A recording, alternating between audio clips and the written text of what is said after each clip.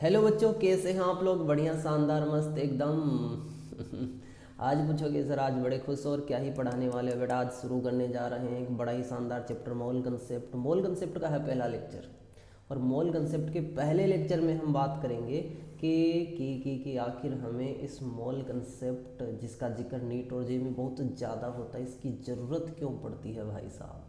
पहले तो हम इसकी रिक्वायरमेंट की बात करेंगे, उसके बाद हम देखेंगे कुछ ज़रूरी टर्म्स को, जैसे कि मास, एटॉमिक वेट जिसको कह सकते हैं। समझ में आ गई बात? Gram atomic weight, molecular mass, gram molecular mass, molar mass, ये है क्या और इनके बीच डिफरेंस कैसे किया जा सकता है।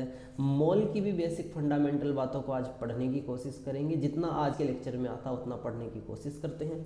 टॉपिक के साथ साथ कुछ क्वेश्चन भी लगाएंगे, बाकी क्वेश्चन अगले लेक्चर में लगाएंगे, है ना। और इस तरीके से चैप्टर की शानदार सीरीज को पूरा करने की कोशिश करेंगे। चलिए शुरू करें कहानी को। चलिए भाई साहब, एनर्जेटिक होके बैठिए मस्ती से और देखते हैं फिर क्या होता है भाई, देखते हैं फिर क्या होता है। तो सबसे पहले सर एक काम करो, आज एक खूबसूरत सी हेडिंग डाल दो। आज तो हेडिंग डाल दो, पूरा चैप्टर पढ़ा दो हमको नीट और जेई की लेवल के ऊपर बढ़िया से। फिजिकल केमिस्ट्री जो चल रही है अपनी, चलो सबसे पहले हेडिंग डालते हैं बेटा। और हेडिंग क्या है? मोल कंसेप्ट। वाह भाई वाह। सर सबसे पहले तो हमें ये बताओ इसकी ज़रूरत क्या पड़ी, मोल कंसेप्ट की रिक्वायरमेंट। मोल कंसेप्ट की रिक्वायरमेंट क्यों पड़ी? रिक्वायरमेंट के लिए मैं आपको कहूँगा कि बेटा एक रिएक्शन लिखता हूँ, उस रिएक्शन की हेल्प से समझते हैं। जैसे N2 गैस है ये, प्लस 3 H2 गैस, और इससे मैंने कहा कि प्रोडक्ट बन रहा है ट्वाइस NH3 गैस।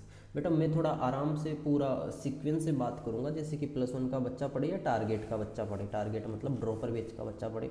तो किसी को जल्दबाजी करनी हो ना बेटा, तो एक काम करे, कोई और लेक्चर देख लो, यहाँ पे तो रिदम से बात होगी, ठीक है। 1.5 या 2x करके आप वीडियो को देख लो, यदि थोड़ी सी जल्द, लेकिन लेक्चर पूरा देखो आराम से, ठीक है। अब सबसे पहले पॉइंट टू पॉइंट मेरी बात समझना आप लोग, जल्दबाजी मत करना। मोल को एक ही लेक्चर में समझेंगे बढ़िया से। मैंने कहा सबसे पहले लिखी हुई ये रिएक्शन है, इसका मीनिंग क्या है, इसका मीनिंग समझो सबसे पहले। कि बेटा जो मैंने ये रिएक्शन लिख रखी है, इस रिएक्शन में मीनिंग क्या? आपने कहा कि सर लिख रखा N2 gas plus 3H2 gas, इससे ट्वाइस NH3 बन रहा है। इसका मीनिंग ये है कि N2 का एक मोलिक्यूल, N2 के एक मोलिक्यूल से रिएक्ट करने के लिए सर H2 के कितने मोलिक्यूल चाहिए? मैं कहूँगा मेरे लाडले से रसगुल्ले, 3 मोलिक्यूल चाहिए N2 के एक मोलिक्यूल से रिएक्ट करने के लिए। और NH3 के कितने मोलिक्यूल बनते हैं? तो आप कहोगे कि भाई साहब 2 मोलिक्यूल बनते हैं। कितने मोलिक्यूल बनते हैं? 2। इसी को यदि मैं थोड़ा और ठीक से कहूँ, पता चल रहा है कि जितना N2 उसका 3 गुना H2 चाहिए, और भाई साहब 2 गुना मोलिक्यूल NH3 के बनते हैं। ये हमें बात समझ में आ रही है। या फिर इसी रिएक्शन को देखो, मैं जल्दबाजी नहीं करूँगा, आराम से बात बताऊँगा। यदि मैं ऐसा कह दूँ, आप मुझे जवाब देना इस रिएक्शन का मीनिंग क्या है। कि 1000 मोलिक्यूल, मोलिक्यूल वर्ड बोल रहा हूँ, मोलिक्यूल क्या? N2 की स्पीसीज, नाइट्रोजन, दो नाइट्रोजन एटम मिलकर जिसने जो N2 बनाया है, मोलिक्यूल बनाया। तो मैं इस मोलिक्यूल की बात कर रहा हूँ, क्योंकि बड़ा बच्चा भी कंफ्यूज होता है फिर मोल और मोलिक्यूल ये क्या क्या है। तो दूसरी बात कहूँ कि 1000 मोलिक्यूल ले लिए, तो उसके लिए आप बताओ कितने H2 के मोलिक्यूल चाहिए? आप बोलोगे भैया 3000 मोलिक्यूल चाहिए, भैया 3000 मोलिक्यूल चाहिए। और बनेंगे कितने मोलिक्यूल? 2000 मोलिक्यूल बन जाएंगे भाई साहब। अच्छा जी, लेकिन सबसे बड़ी दुविधा, अच्छा ऐसे कह लो, इसके 10 लाख मोलिक्यूल हों रिएक्ट करने के लिए, तो इसके कितने चाहिए होंगे? 30 लाख, और बनेंगे कितने? 20 लाख। ये बात समझ में आ गई जो लिखी हुई थी। लेकिन सबसे बड़ी दुविधा ये है कि भाई साहब 1000 या 10,000 मोलिक्यूल को क्या तुम काउंट करके डालोगे? और उसके ठीक 3 गुना मोलिक्यूल H2 जो तुम ले रहे हो, क्या उसको तुम काउंट करके रिएक्शन में डालोगे? ये पॉसिबल है क्या? ना जी ना, रिएक्शन में मोलिक्यूल्स को काउंट करना पॉसिबल नहीं है। एक्सपेरिमेंटली क्या चिमटी से आप एक एक H2 कंटेनर से निकाल निकाल के जिसमें रिएक्शन करा रहे हो उसमें थोड़ी डालोगे? ये पॉसिबल नहीं है। फिर क्या करोगे भाई साहब? फिर क्या ऐसा, अच्छा एक बात सुनना मेरी बात को, क्या ये तरीका सही है? कौन सा तरीका? मैंने ये कह दिया कि बट, मैं पूरी बात लिखूंगा आज, बट काउंटिंग ये कोई इलेक्शन पोल थोड़ी है कि आप काउंटिंग कर लोगे, काउंटिंग नॉट पॉसिबल। समझ में आ गई कि बात, काउंटिंग पॉसिबल नहीं है, आप काउंट नहीं कर सकते हैं चीज़ों को। तो फिर क्या, कई बच्चा दिमाग लगा रहा कि अरे रे रे इतनी आसान सी बात को ऐसे क्या बता रहा है भाई, तो फिर क्या करोगे, क्या आप ये तरीका सही है क्या कि इसका 1 किलोग्राम आपने ले लिया तो H2 का 3 किलोग्राम, क्योंकि मैं समझा रहा हूँ कि इस मोल कंसेप्ट की ज़रूरत क्यों पड़ी है, समझो मेरी बात को, क्योंकि इसी से पूरी फिजिकल केमिस्ट्री की शुरुआत होती है। कि इसके सुना कि इसका 1 किलोग्राम लिया, बच्चा सोच रहा तो सर ऐसा करो इसका 3 किलोग्राम ले लो, और इसका कितना किलोग्राम बन जाएगा, 2 किलोग्राम। अरे अरे अरे, अब बेटा मेरी बात सुन तू, इधर टोटल कितना मास हो गया, देखो जो रिएक्ट करते हैं ना इनको बोलते हैं रिएक्टेंट, और जो बनता है उसको प्रोडक्ट।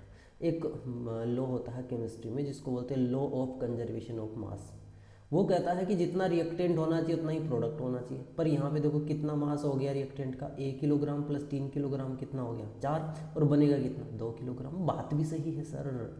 जैसे मैंने एक कमरे में 2 बच्चों को कह दिया कि बेटा जाओ पढ़ लो, अकेले जाके पढ़ लो, थोड़ी देर के बाद, अच्छा कमरा बंद था, बाहर बैठा हूँ, खिड़की विड़की कुछ भी एक रास्ता नहीं है जाने का, थोड़ी देर के बाद कमरा खोल के देखता हूँ कि उसमें एक ही बच्चा है, या ऐसे सोचो कि 4 बच्चे हैं, तो दिक्कत हो जाएगी, आप कहोगे कि सर 2 बच्चे हैं और ऐसे सोचो दोनों ही लड़के हैं तो मैं कहूँगी आपको कि सर थोड़ी देर के बाद 2 बच्चों से 4 बच्चे या फिर एक ही बच्चा बचे तो बड़ी दिक्कत हो जाएगी। सर 2 ही बच्चे डाले तो 2 ही वापस कमरे से निकलने भी चाहिए थे, 10 मिनट के बाद की ही तो बात हो रही है तो वही बात है कि जितना रिएक्टेंट आपने कंटेनर में डाला है और कंटेनर बंद है तो उसका मास बाद में भी उतना ही रहना चाहिए, मास चेंज नहीं होना चाहिए।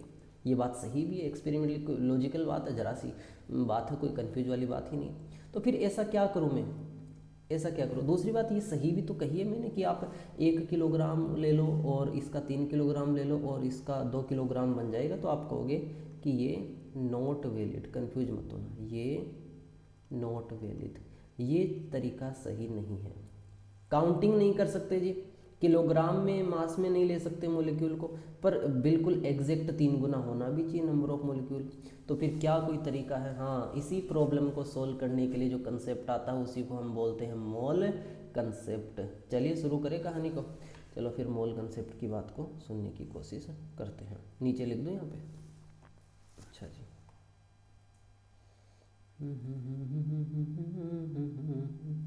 थोड़ा सा भाई साहब, थोड़ा थोड़ा थोड़ा, क्योंकि यार मैं नहीं चाहता कि कोई प्रॉब्लम आए ज़िंदगी में, कोई प्रॉब्लम, इसीलिए सुनना मेरी बात को। तो मैं ये कहना चाहता था तुमसे कि फिर इसीलिए शुरू, इसी प्रॉब्लम के सॉल्व करने के लिए इसका सॉल्यूशन क्या है, इसी प्रॉब्लम का सॉल्यूशन है मोल। एक बंदा आता है और बंदे ने एक टर्म दिया, बंदा कौन था, एवोगैद्रो, आओगाद्रो भाई साहब ने, मित्र आओगाद्रो ने, मेरे काबिल दोस्त और जाने माने साइंटिस्ट कह लीजिए, बहुत महान साइंटिस्ट हुए साहब आओगाद्रो, ठीक है भाई साहब। आओगाद्रो ने एक टर्म दिया मोल, क्या टर्म दिया भाई साहब, मोल। और इस मोल में उन्होंने कहा कि दुनिया की कोई भी स्पीसीज हो, एनी स्पीसीज हो, कोई भी स्पीसीज हो, उसके 1 मोल में, उसके 1 मोल में, क्योंकि इसके बारे में आगे मैं खूब बात करूंगा पर फिलहाल जितनी जरूरत है उतना समझो, उसके 1 मोल में 6.02 इंटू 10⁻23 पार्टिकल्स होते हैं। और साथ में उन्होंने एक फॉर्मूला भी दिया, उसका भी जिक्र करूंगा, फिलहाल तो इतना ही सुनो, बाकी अगले लेक्चर में अपन देखेंगे आराम से कि ये क्या फॉर्मूला, क्यों बना, कैसे बना, वो क्या था, मास। और मास को ग्राम में लो, बाई मोलर मास, और मोलर मास की यूनिट भी ग्राम ही होती है, ये भी आप रट लो, बताऊंगा आगे मोलर मास की यूनिट ग्राम ही क्यों होती है। अच्छा जी, तो यहाँ से मोल का उसने जिक्र किया कि 1 मोल में इतने पार्टिकल होते हैं और मोल का फॉर्मूला ये होता है। तो यदि आओगाद्रो ने कहा कि जब भी रिएक्शन करानी है और आपको जैसे N2 का एक हिस्सा चाहिए और उसकी बिल्कुल 3 गुना पार्टिकल H2 के आपको चाहिए होंगे, तो फिर आप एक ही काम करो, और वो काम कौन सा है, उसने कहा चीज़ों को मोल में लो, मोल में मेजर करो, कि जैसे इसका 1 मोल आपको लेना है तो इसके 3 मोल ले लो। रीजन क्या है कि इसके ठीक 1 मोल, सुनना मैं नीचे लिखता हूँ इस बात को, उन्होंने कहा कि इसका ठीक आपको 1 मोल लेना है तो नीचे लिख दूँ मैं इस बात को, इसका N2 का 1 मोल लेना है तो H2 का 3 मोल लीजिए और बनेंगे कितने 2 मोल, क्योंकि उसने कहा एक्चुअल में जब मैं 1 मोल बोल रहा हूँ उसका मीनिंग कितने पार्टिकल है 6.023 इंटू 10⁻23 मोलिक्यूल्स ऑफ N2, और 3 मोल बोला तो 3 गुना हो गए इसके 6.023 इंटू 10⁻23 पार्टिकल। तो 1 मोल में कितने पार्टिकल थे उसके 3 गुना हो गए H2 के, और बनने कितने चाहिए सर 2 गुना 2 इंटू 6.023 इंटू 10⁻23 पार्टिकल, ऐसा उन्होंने कहा। पर बच्चा बोलेगा कि सर फिर भी एक्सपेरिमेंटली रिएक्शन करानी है तो इतने पार्टिकल तो फिर इसके 3 गुना H2 के लिए काउंट करेंगे ना, इस बार फिर अपन यूज करेंगे इस फॉर्मूले को, जो अभी फॉर्मूला बताया था मैंने, कहाँ लिखा था, ये रहा ये फॉर्मूला।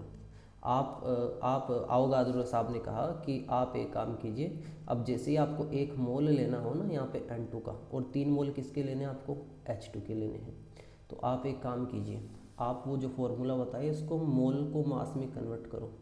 सर मोल का फॉर्मूला क्या बताया था आपने, मोल का फॉर्मूला था मास, जिसको किस में मेजर करते हैं ग्राम में, और यहाँ पे मोलर मास। अच्छा जी, तो मोलर मास भी ग्राम ही होता है, थोड़ा मैं लिख रहा हूँ मास क्या हो जाएगा, mass is equal to formula बनेगा मोल इनटू मोलर मास। अब जिसको भी मोल, जितना मोल लेना है उसको मास में कन्वर्ट कर लो, तोल लो वेट के ऊपर। जैसे मैंने कहा N2 का 1 मोल चाहिए, तो 1 मोल का मतलब मास कितना लिखूंगा 1 इंटू मोलर मास कितना होता है, 1 नाइट्रोजन का 14 होता, तो 2 का कितना हो गया सर 28। अच्छा 14 28 ही क्यों हुआ, इसके ऊपर बहुत बढ़िया से आपको समझाऊंगा मैं अगले लेक्चर में, फिलहाल बस सुनो, सर नहीं कह रहे हैं कि मोलर मास 28 है तो फिलहाल सुनो कितना हो जाएगा 28 ग्राम। अच्छा जी, ऐसे H2 के 3 मोल चाहिए थे, ये मास किसका निकाल लिया आपने, N2 का आपने मास निकाल लिया। ऐसे H2 का यदि आपको मास लेना है तो H2 का मास कैसे लोगे, मास का मतलब मैंने कहा 3 मोल, और 3 मोल को मास में कन्वर्ट करोगे तो मोल, फॉर्मूला क्या था मोल इंटू मोलर मास, मोल 3 हो गए और मोलर मास कितना हो गया H2 का 2, तो 6 ग्राम। अच्छा ऐसे ही मैंने कहा 2 मोल कितना बनना चाहिए, चलो इसको भी मास में कन्वर्ट कर लेते हैं, NH3 के लिए है ये, मैं जल्दी जल्दी लिख रहा हूँ, समझने की है ये बात। H2 के लिए था कैसे, मोल इंटू मोलर मास, मोल 2, मोलर मास कितना होता है NH3 का, देखो नाइट्रोजन का 14 प्लस 3 हाइड्रोजन कितना हो गया 17, तो कितना हो गया 2 इंटू 17 34 ग्राम। तो अब एक चीज़ देखो कि जैसे मैंने इसका 1 मोल बोला उसको इतने पार्टिकल बोल सकता हूँ, और ग्राम में अभी अभी कन्वर्ट किया नाइट्रोजन का, तो कितना निकला था 28 ग्राम। H2 जो था 28 ग्राम है बेटा।